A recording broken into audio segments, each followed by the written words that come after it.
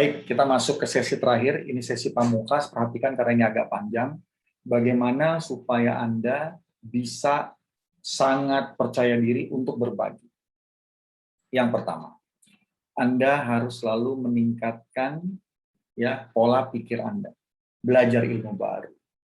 Berlatih tentang hal-hal baru sehingga pola berpikir Anda berkembang, wawasan Anda tambah luas, Anda memiliki resource yang sangat luas sehingga Anda tahu mana hal yang perlu Anda tumbuhkan kembali, mana hal-hal yang perlu Anda sesuaikan untuk Anda berbisnis di new normal. Pola pikir yang pertama.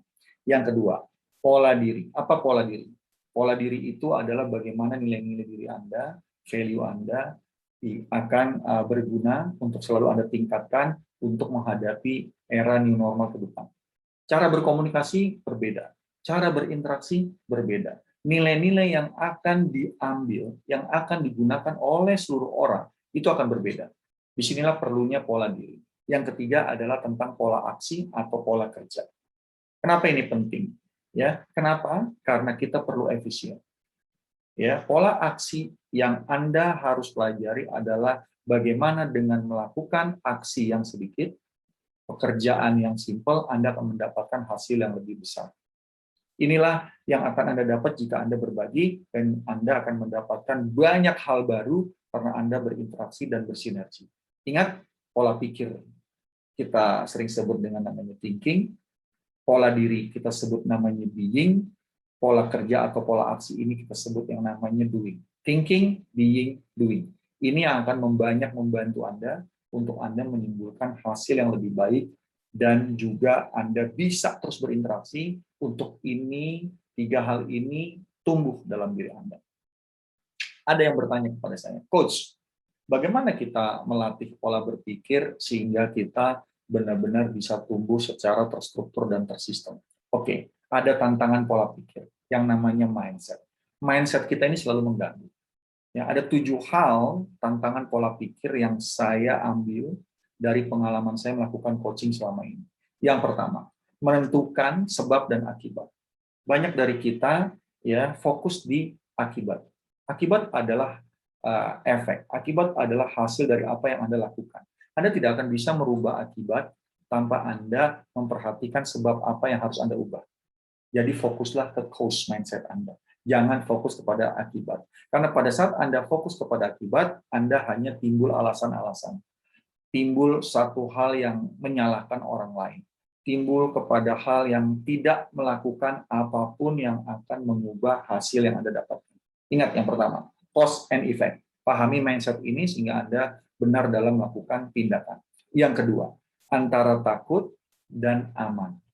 Kalau Anda berpikir dalam kondisi ketakutan, Anda tidak akan kreatif. Anda harus secure.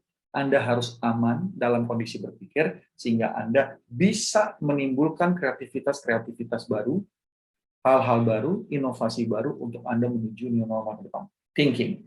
Ya, yang ketiga, Anda selalu berpikir bahwa yang membuat Anda tumbuh adalah training. No. Yang membuat Anda tumbuh adalah learning, dari training, dari coaching, dari mentoring yang Anda dapat dalam keseharian Anda atau dalam bisnis Anda. Training versus learning, Anda harus berada di kondisi learning dalam cara berpikir. Karena training banyak di mana-mana, tapi pertanyaannya, membuat Anda tumbuh nggak dalam bisnis? Jangan-jangan Anda salahin trainernya. Jangan-jangan Anda salahin coachnya. Saya tidak tumbuh gara-gara mereka. No. Learning-lah, belajarlah. Karena fokusnya, subjeknya adalah diri Anda. Yang keempat, telling versus asking.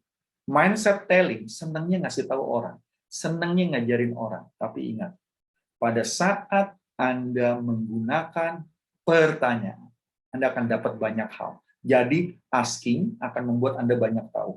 Telling, Anda jadi lupa apa yang harus Anda pelajari kembali karena Anda banyak ngasih tahu orang. Nah, yang kelima, problem versus opportunity. Ini juga mempengaruhi mindset Anda. Pada saat Anda berpikir Anda harus beresin problem di kondisi pandemi ini, Anda lupa akan opportunity. Tapi jika Anda selalu mencari opportunity dalam tahap ini, kondisi ini, era new normal ke depan, Anda akan banyak beresin problem-problem Anda yang lalu. Karena opportunity ya akan membantu banyak problem terselesaikan. Ingat, kalau Anda selalu cari solusi untuk beresin problem Anda, satu problem yang beres. Tapi jika Anda cari solusi untuk mendapatkan opportunity, banyak problem-problem yang tidak Anda sadari akan beres. Yang keenam, activity versus action. Apa itu?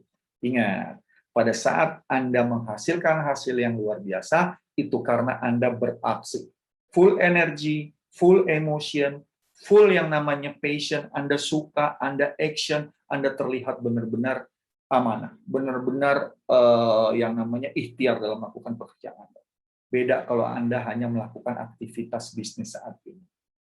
Seorang pebisnis hanya beraktivitas, mereka melakukan pekerjaan rutin, mereka tidak peduli untuk belajar, mereka tidak peduli terhadap anak buah, mereka mengambil keuntungannya sendiri, is only activity. Itu hanya activity. Tapi ingat, pada saat Anda beraksi, disitulah Anda akan dapat banyak hal. Yang terakhir dalam tantangan pola pikir adalah tentang comfort, nyaman, atau challenge, tantangan. Pada saat kondisi seperti ini, Anda nggak bisa nyaman. Semua yang ada adalah tantangan. Tantangan bagaimana meningkatkan omset, tantangan bagaimana mempertahankan bisnis, tantangan bagaimana menagih utang-utang yang dilakukan oleh semua pelanggan Anda, tantangan bagaimana inovasi, semua tantangan. Tapi kalau Anda mencari nyaman, Anda akan tidak bisa terus dalam kondisi membuat bisnis Anda tumbuh gara-gara Anda bisa ya menghadapi semua tantangan pola pikir ini. Ini tantangan pola pikir.